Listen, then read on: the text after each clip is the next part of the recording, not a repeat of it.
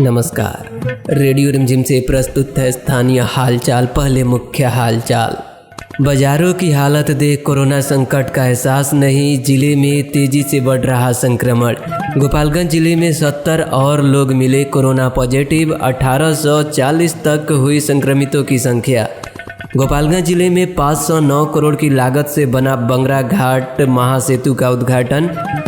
मई में हुई हत्याकांड में जांच करने रूपनचक पहुंची सीआईडी की टीम। होम आइसोलेशन में मिलेगी बेहतर चिकित्सकीय सुविधा। और इंटर में नामांकन के अंतिम दिन छात्र छात्राओं की उमड़ी भीड़। स्थानीय हालचाल के इस अंक के साथ मैं राजेश कुमार चौरसिया। अब हालचाल विस्तार से।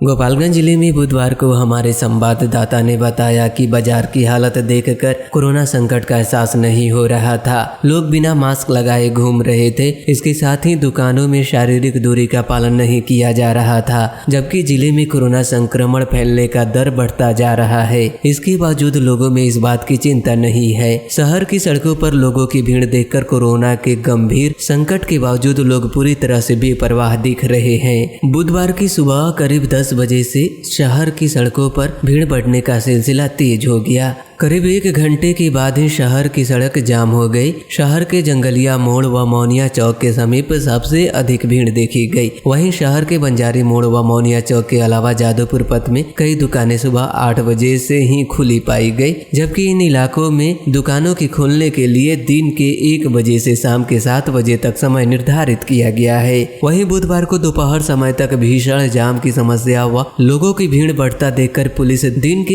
1 बजे के बाद सक्रिय हुई। पुलिस ने चौक चौराहों पर जब जांच व सख्ती का कार्य प्रारंभ किया तो लोगों की भीड़ कम होने लगी। इस बीच सदर अंचल के अंचल पदाधिकारी विजय कुमार सिंह ने कई स्थानों पर मास्क जांच कर 35 लोगों से जुर्माना की राशि वसूल की।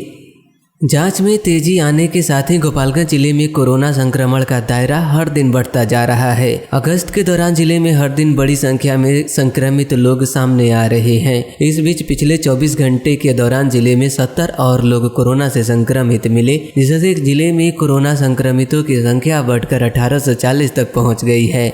जिले में कोरोना के एक्टिव मामलों की संख्या 777 हो गई है। वहीं पिछले 24 घंटे के दौरान 80 लोग ने कोरोना के संक्रमित ठीक हुए हैं।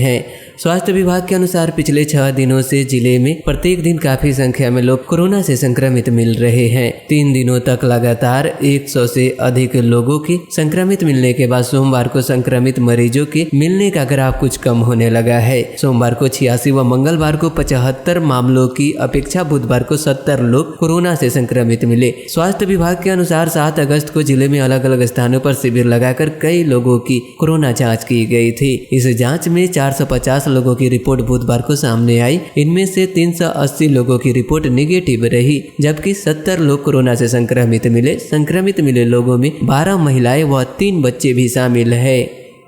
मुख्यमंत्री नीतीश कुमार ने बंगरा घाट महासेतु का पटना से वर्चुअल उद्घाटन किए। 509 करोड़ की लागत से बना यह महासेतु छपरा और मुजफ्फरपुर के साथ चंपारण को भी जोड़ेगा। गोपालगंज जिले में गंडक पर चौथा महासेतु बना है। बैकुंठपुर में बने इस बंगरा घाट महासेतु को स्वतंत्रता दिवस से पहले आम लोगों के लिए खोला जाएगा। 1506 मीटर लंबा और 15 मीटर चौड़ाई वाले इस पुल को बनाने में लगभग 6 साल लगे हैं। सारण को चंपारण और तिरहुआ से जोड़ने वाले इस महासेतु के चालू होने से 6 जिलों की आबादी को लाभ होगा। मुख्यमंत्री वीडियो कॉन्फ्रेंसिंग के माध्यम से 524 करोड़ की 217 परियोजनाओं का उद्घाटन और शिलान्यास करने के बाद अपना संबोधन में कहा कि जनता फिर मौका देगी तो बिहार की सड़कों को विकसित कर और बेहतर बनाया जाएगा। गत मई माह में हथुआ थाना क्षेत्र के रूपनचक गांव में एक ही परिवार के 3 लोगों की गोली मारकर हत्या करने के मामले की जांच करने बुधवार को पटना से सीआईडी की 3 सदस्यीय टीम रूपनचक गांव पहुंची। गांव पहुंचने के बाद अपराधियों की गोली से घायल हुए इस वारदात के चश्मदीद राजद नेता जेपी यादव से घटना की पूरी जानकारी लेते हुए उनसे पूछताछ की। 3 घंटे तक पूछताछ तथा जांच पड़ताल करने के बाद सीआईडी की टीम पटना के लिए रवाना हो गई। सीआईडी की टीम में इंस्पेक्टर तथा 2 सब इंस्पेक्टर शामिल थे। कोविड-19 संक्रमण की रोकथाम के लिए स्वास्थ्य विभाग प्रत्येक दिन नए उपायों पर अमल कर रहा है। इस क्रम में होम आइसोलेशन में मरीजों को अत्यधिक प्रभावकारी बनाने के लिए स्टेप 1 के सहयोग से टेलीमेडी कोविड हेल्पलाइन का क्रियान्वयन किया गया है। कॉल सेंटर द्वारा होम आइसोलेशन में मरीजों को प्रतिदिन रिस्पांस सिस्टम के माध्यम से कॉल किया जाएगा। हेल्पलाइन के सुगम संचालन के लिए स्वास्थ्य विभाग ने दिशा निर्देश जारी किया है।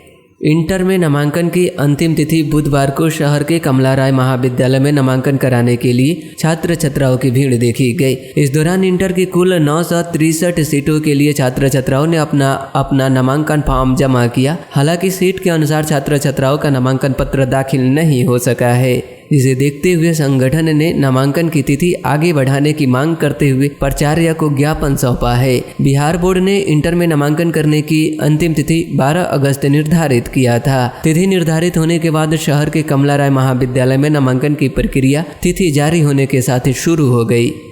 थावे थाना क्षेत्र के पंडित के हरपुर गांव में बुधवार की सुबह शराब बेचने से मना करने पर कुछ लोगों ने हमला कर एक ही परिवार के 3 लोगों को गंभीर रूप से घायल कर दिया। इस घटना के बाद आसपास के लोगों ने तीनों घायलों को इलाज के लिए सदर अस्पताल में भर्ती कराया, जहां 2 घायल की हालत गंभीर देख चिकित्सकों की टीम ने गोरखपुर रेफर कर दिया। घायलों का बयान दर्ज कर पुलिस मामले की जाँच पड़ताल कर रही है। उधर नगर थाना क्षेत्र के डुमरिया गांव में बुधवार की सुबह आपसी विवाद को लेकर 2 पक्ष के लोग आपस में भिड़ गए। घटना के बाद आसपास के लोगों ने घायल पिता व पुत्र को इलाज के लिए अस्पताल में भर्ती कराया। घायलों का बयान दर्ज कर मामले की जांच पड़ताल पुलिस कर रही है।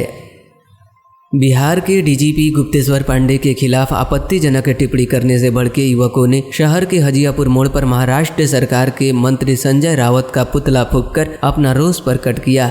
युवक फिल्म अभिनेता सुशांत सिंह राजपूत के परिवार के लोगों को न्याय दिलाने की मांग कर रहे थे। मठ गौतम गांव के समीप प्राथमिक विद्यालय के पास थामे बाजार से घर लौट रहे एक युवक को रोककर कुछ लोगों ने मारपीट कर घायल करने के बाद उसके पास मौजूद 1000 रुपये छीन ली। इस घटना को लेकर युवक के चाचा ने 5 लोगों के खिलाफ प्राथमिकी दर्ज कराई है। फुलवरिया प्रखंड की कोयला देवा पंचायत में सोना नदी के समीप बन रहे पंचायत सरकार भवन की जमीन पर किए गए अतिक्रमण को प्रशासन ने हटाकर जमीन को अतिक्रमण से मुक्त करा दिया। बताया गया है कि कोयला देवा पंचायत सरकार भवन का निर्माण शुरू होने पर कुछ लोगों ने यहां जमीन पर अतिक्रमण कर झोपड़ियां डाल दिया था। पंचायत सरकार भवन की जमीन पर अतिक्रमण करने की जानकारी मिलने पर सीओ हेमंत झा, थानाध्यक्ष मनोज कुमार तथा पुलिस बल के साथ मौके पर पहुंची शक्ति दिखाते हुए पंचायत सरकार भवन की जमीन से झोपड़ियां हटाकर जमीन को अतिक्रमण से मुक्त कराया। इस दौरान सीओ ने अतिक्रमण करने वालों को चेतावनी दी कि अगर फिर से सरकारी जमीन पर अतिक्रमण किया गया तो प्राथमिकी दर्ज कर कानूनी कार्रवाई की जाएगी। और अब आज के मौसम का तापमान न्यूनतम 26 डिग्री सेल्सियस और अधिकतम 31 डिग्री सेल्सियस रहने की संभावना है। अंत में मुख्य हालचाल एक बार फिर। बाजारों की हालत देख कोरोना संकट का एहसास नहीं, जिले में तेजी से बढ़ रहा संक्रमण। गोपालगंज जिले में 70 और लोग मिले कोरोना पॉजिटिव, 1840 तक हुई संक्रमितों की संख्या। गोपालगंज जिले में 509 करोड़ की लागत से बना बंगरा घाट महासेतु का उद्घाटन। मई में हुई हत्याकांड में जांच करने रूपनचक पहुंची सीआईडी की टीम। होम आइसोलेशन में मिलेगी बेहतर चिकित्सकीय सुविधा। और इंटर में नामांकन के अंतिम दिन छात्र छात्राओं की उमड़ी भीड़। इसके साथ ही रेडियो रिमझिम से प्रसारित स्थानीय हालचाल का यह अंक समाप्त हुआ। नमस्कार। कोरोना संक्रमण को लेकर सोशल डिस्टेंसिंग का पालन कीजिए, मास्क लगाइए, घर में रहिए, सुरक्षित रहिए। सुनते रहिए रेडियो रिमझिम 90.4।